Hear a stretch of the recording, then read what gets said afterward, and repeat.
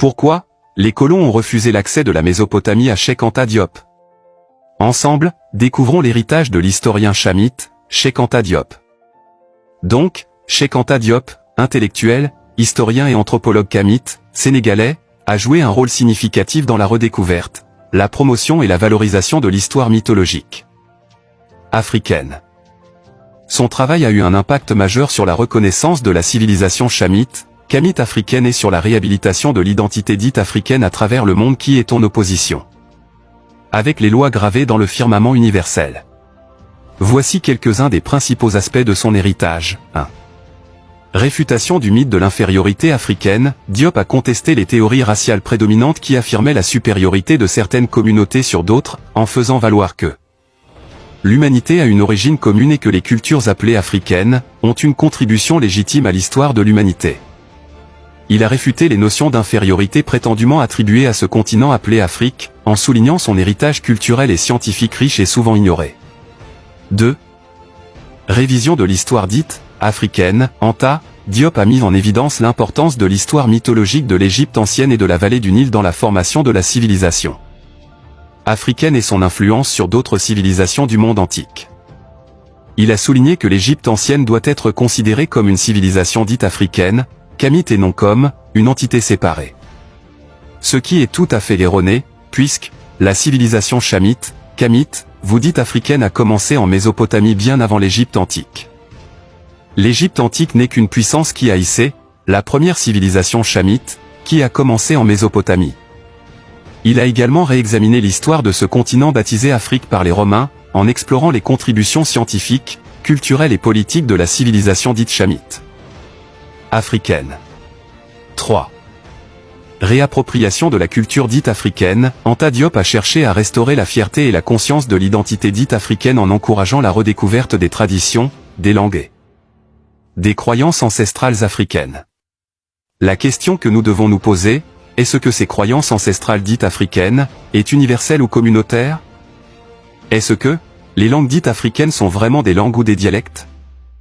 Il a aussi promu l'importance de préserver les langues dites africaines, qui ne sont que les dialectes qui autrefois faisaient la fierté de deux variantes langues parlées, en Égypte antique et l'Égypte dite pharaonique. Et pourtant ceux qui ont fait l'Égypte antique et l'Égypte dite pharaonique, depuis la Mésopotamie parlaient la langue universelle, quand appelée l'araméenne. La preuve, les Pygmées et les Bushman parlent l'araméenne. 4. Institutionnalisation des études dites africaine. Anta Diop a participé à la fondation d'institutions dédiées à l'étude de l'histoire dite africaine, kamite et à la recherche scientifique. Notamment l'Institut fondamental d'Afrique noire, IFAN, et l'Association pour la recherche et l'enseignement des civilisations africaines, AZERCA. Ces institutions ont joué un rôle clé dans la promotion des études africaines, kamite et ont contribué à l'essor d'une génération de chercheurs devenus africains, engagés dans la réévaluation de l'histoire africaine. En résumé, le rôle de Cheikh Anta Diop dans l'histoire dite africaine a été d'une grande importance. Son travail a contribué à la réhabilitation de l'histoire mythologique de la civilisation chamite, africaine, en Égypte antique et de la culture dite africaine, à la lutte contre les préjugés raciaux et à la reconnaissance mondiale de l'importance de l'Afrique dans l'histoire humaine. Il a ouvert la voie à une nouvelle génération de chercheurs devenus africains, et a inculqué un sentiment de fierté et de valorisation de l'identité dite africaine à travers ses travaux et ses enseignements. Malgré les efforts tenaces de Anta Diop sur l'origine de l'humanité que les scientifiques prônent de façon mensongère ou mythologique, qui selon eux l'Afrique est le berceau de l'humanité et de la première culture civilisatrice, Anta Diop, à un moment donné, a consulté la Bible et il nous dit de considérer les écrits bibliques quant à notre identité. Nombreux historiens, scientifiques devenus européens africains refusent d'expliquer de façon propre l'origine de l'être humain. Heureusement, les écrits de Moïse sont bel et bien une histoire authentique de toutes les communautés de la Terre. Et les écrits de Moïse ramènent l'origine de l'être humain en Mésopotamie et non dans le continent devenu Afrique. La première culture civilisatrice léopardienne voit le jour en Mésopotamie. Le continent devenu Afrique n'a jamais, vraiment jamais, au grand jamais, été le berceau de l'humanité. Ceux qui sont qualifiés de « noirs et blancs », en vérité sont des frères et partagent le même patriarche, appelé Noé dans la Bible. Qui sommes-nous, d'où venons-nous, et qui sont nos premiers aïeux? Loin des Homo sapiens. prônée par les scientifiques mondiaux en opposition avec les écrits de Moïse.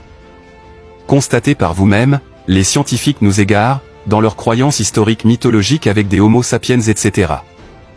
Tout ça pour nous éloigner de la vraie version écrite par celui qu'en appelé Moïse. En vérité, tout commence en Mésopotamie. Mésopotamie, Mésopotamie.